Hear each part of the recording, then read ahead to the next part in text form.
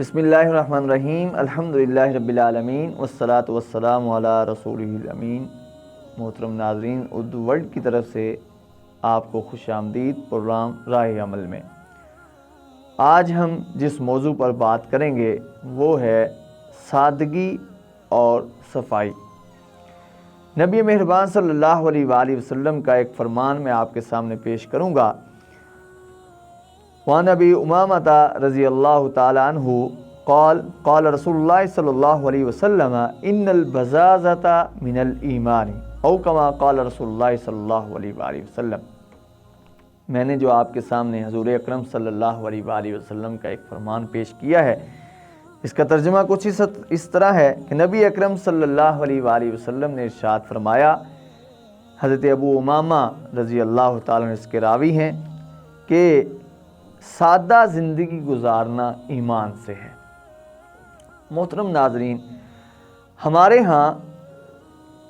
نبی اکرم صلی اللہ علیہ وآلہ وسلم کے فرامین کا جو مقام اور مرتبہ ہے وہ سب سے پہلے ہمارے سامنے واضح ہونا چاہیے۔ ایک مسلمان کے لیے عزت اور مقام اور مرتبے کے لحاظ سے سب سے بڑی کوئی ذات ہے تو وہ نبی اکرم صلی اللہ علیہ وآلہ وسلم۔ اور یہاں پر ہم اس چیز کو ضبط ذہن میں رکھ لیں اور پھر آپ کے فرمان پر غور کریں تو آپ فرما رہے ہیں، آپ صلی اللہ علیہ وآلہ وسلم ارشاد فرما رہے ہیں کہ سادگی کے ساتھ زندگی گزارنا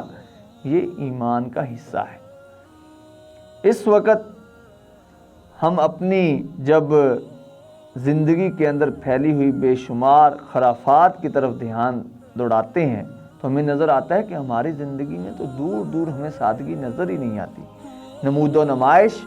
اور بے جا اسراف یہ ہماری زندگی میں بہت بڑا کردار ادا کرتا چلا جا رہا ہے اور جس کی وجہ سے ہم زوال کا شکار ہیں۔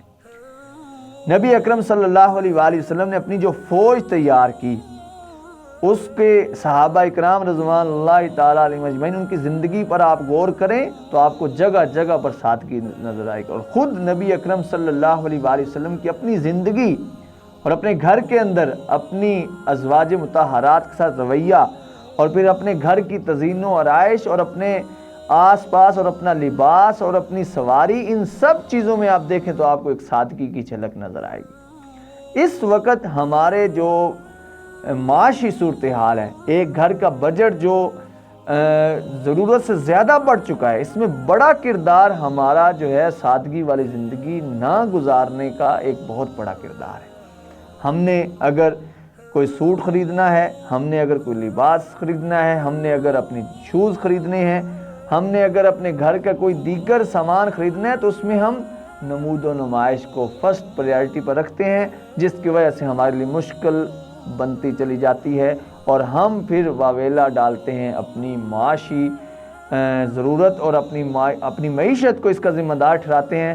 حالانکہ ایسی بات نہیں ہے۔ اگر آپ سادگی والی زندگی گزاریں گے تو یقیناً آپ کی زندگی آسان ہوگی اور آپ کی ماہانہ آمدنی کے اندر آپ کا بجٹ اچھے طریقے سے آپ کو پورا ہوتا ہوا نظر آئے گا۔ اور میں یہ بات کہنے میں بالکل ہچکچاہٹ نہیں محسوس کر رہا کہ اس وقت ہماری خواتین اور ہمارے گھر کے دیگر ہمارے اپنے بچے،